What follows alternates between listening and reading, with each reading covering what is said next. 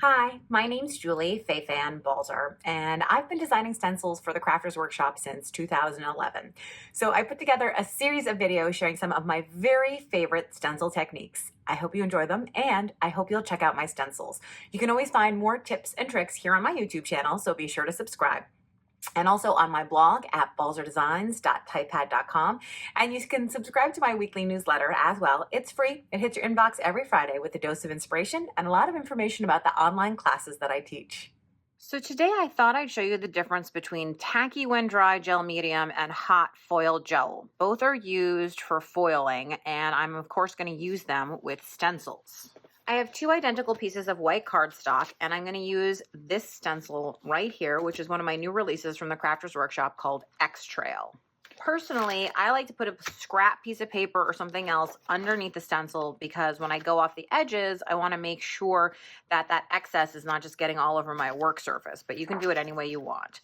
So I'm going to place my stencil down and I'm going to use the hot foil gel first. Both of these are applied exactly the same way. I'm going to take a palette knife.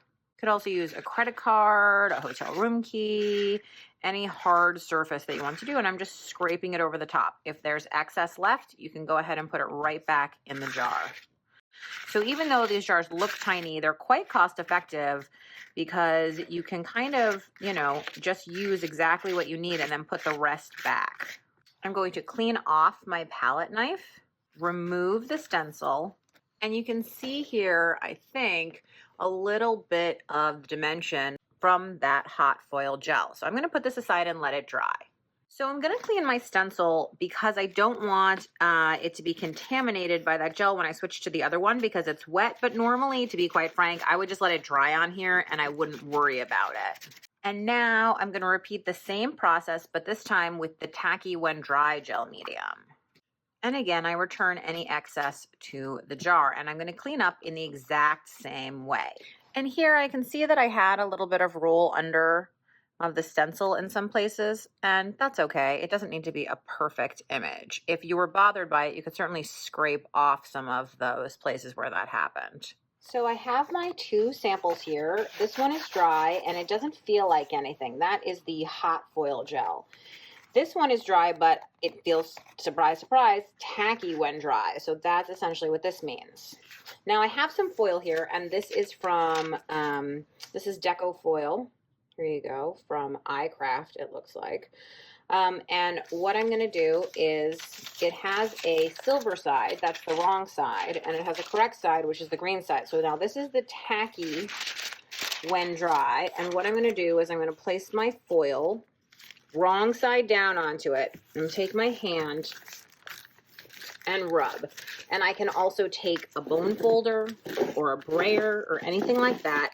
And I just want to really make sure that there's some good contact between the foil and the tacky when dry gel. So I'm going to rub with the brayer. You don't have to do all the different things I'm doing. You can do any one of them. I just want to show you the different ways you can do it. You can take your thumb and you can rub, but you just want to make sure, again, that there's really good contact because that is what is going to make the foil stick. Okay, so when you're sure that there's really good contact, you're going to peel it back and you will see that the foil has stuck everywhere that the gel was still tacky.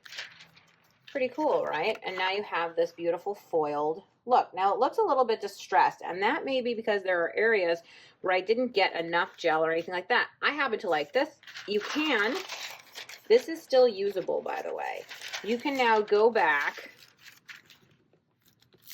to some of those areas that didn't get foiled, and you can add some more foil. If there is any gel there, then you just need to burnish it really well to get it to stick. So you can go into any of the bald spots and kind of get it.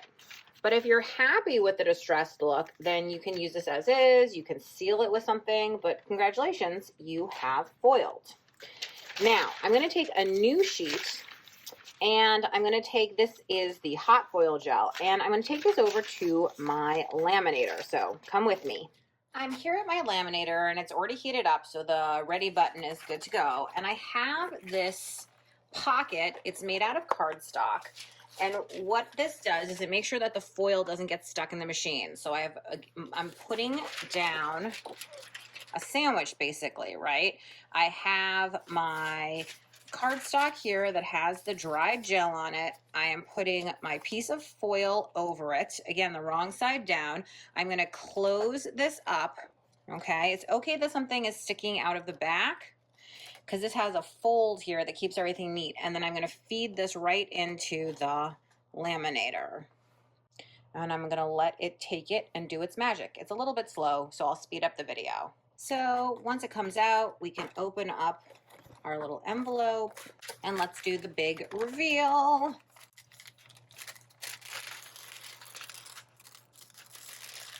Oh yeah. There you go. Check it out.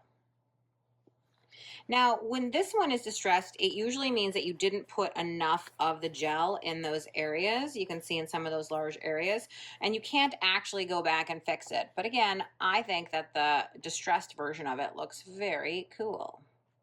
So here the two are side by side, and I really can't tell the difference between which is which. They look the same to me. They have the same level of distress, the whole thing. It's really just the method of getting the foil on there, which you prefer. When I flip them over, I can see that I did write an H on this one, which means this is the hot foil.